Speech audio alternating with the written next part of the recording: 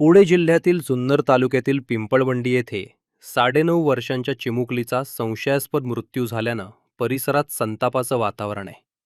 18 August रोजी मुलगी बेपत्ता झाल्यानंतर कुटुंबियांनी पोलिसांकडे तक्रार दाखल केली होती. तपासादरम्यान मुलीचा मृतदेह आढळून आला. प्राथमिक माहितीनुसार मुलीवर लैंगिक अत्याचार करून तिची हत्या करण्यात आल्याचा संशय आहे. या प्रकरणी साहिल खैरे याला पोलिसांनी ताब्यात घेतले असून त्याच्याकडे चौकशी सुरू आहे. घटनेचा तपास पुणे ग्रामीण पोलीस करतायत. पुणे ग्रामीणचे पोलीस अधीक्षक संदीप सिंह गिल यांनी घटनास्थळी भेट देऊन तपासाचा आढावा घेतला.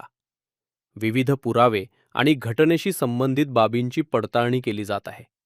दरम्यान या घटनेनंतर पिंपळवंडी परिसरात तीव्र संताप व्यक्त होत असून दोष सिद्ध झाल्यास आरोपीवर कठोरात कठोर कारवाई करावी आणि पीडितेला लवकरात लवकर न्याय मिळावा अशी मागणी ग्रामस्थांकडून करण्यात येत आहे. नमस्कार.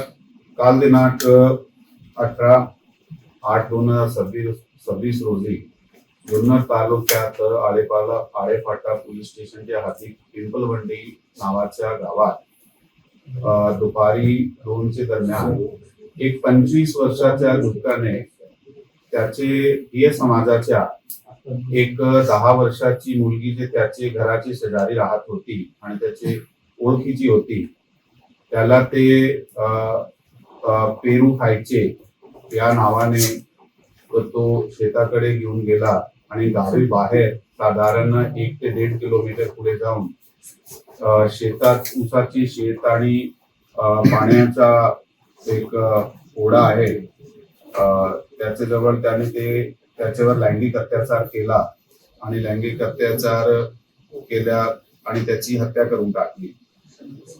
याबाबत घरच्याने ज्यावेळी मुलगी संध्याकाळी 4-5 वाजता घरी दिसली नाही, त्याचा आजूबाजू शोध सुरू केला.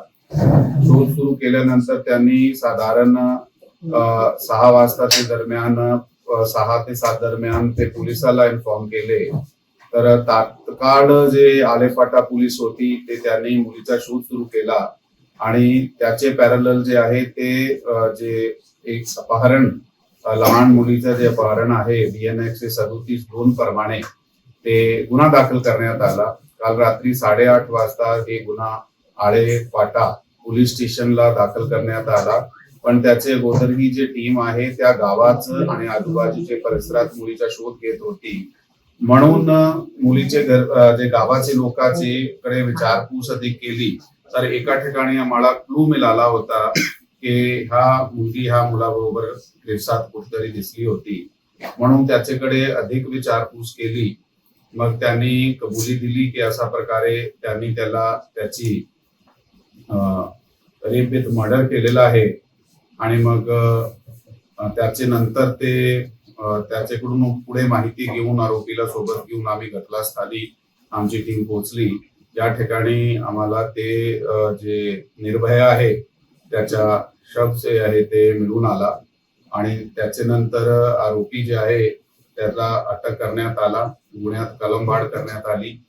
पुण्यात कलमवाढ केल्यानंतर त्याला अटक करण्यात आला आणि जे निर्भय आहे त्याचा इन्क्वेस्ट पंचनामा आज सकाळी झालेला आहे. पोस्टमॉर्टमची जी प्रक्रिया आहे ते सध्या चालू आहे.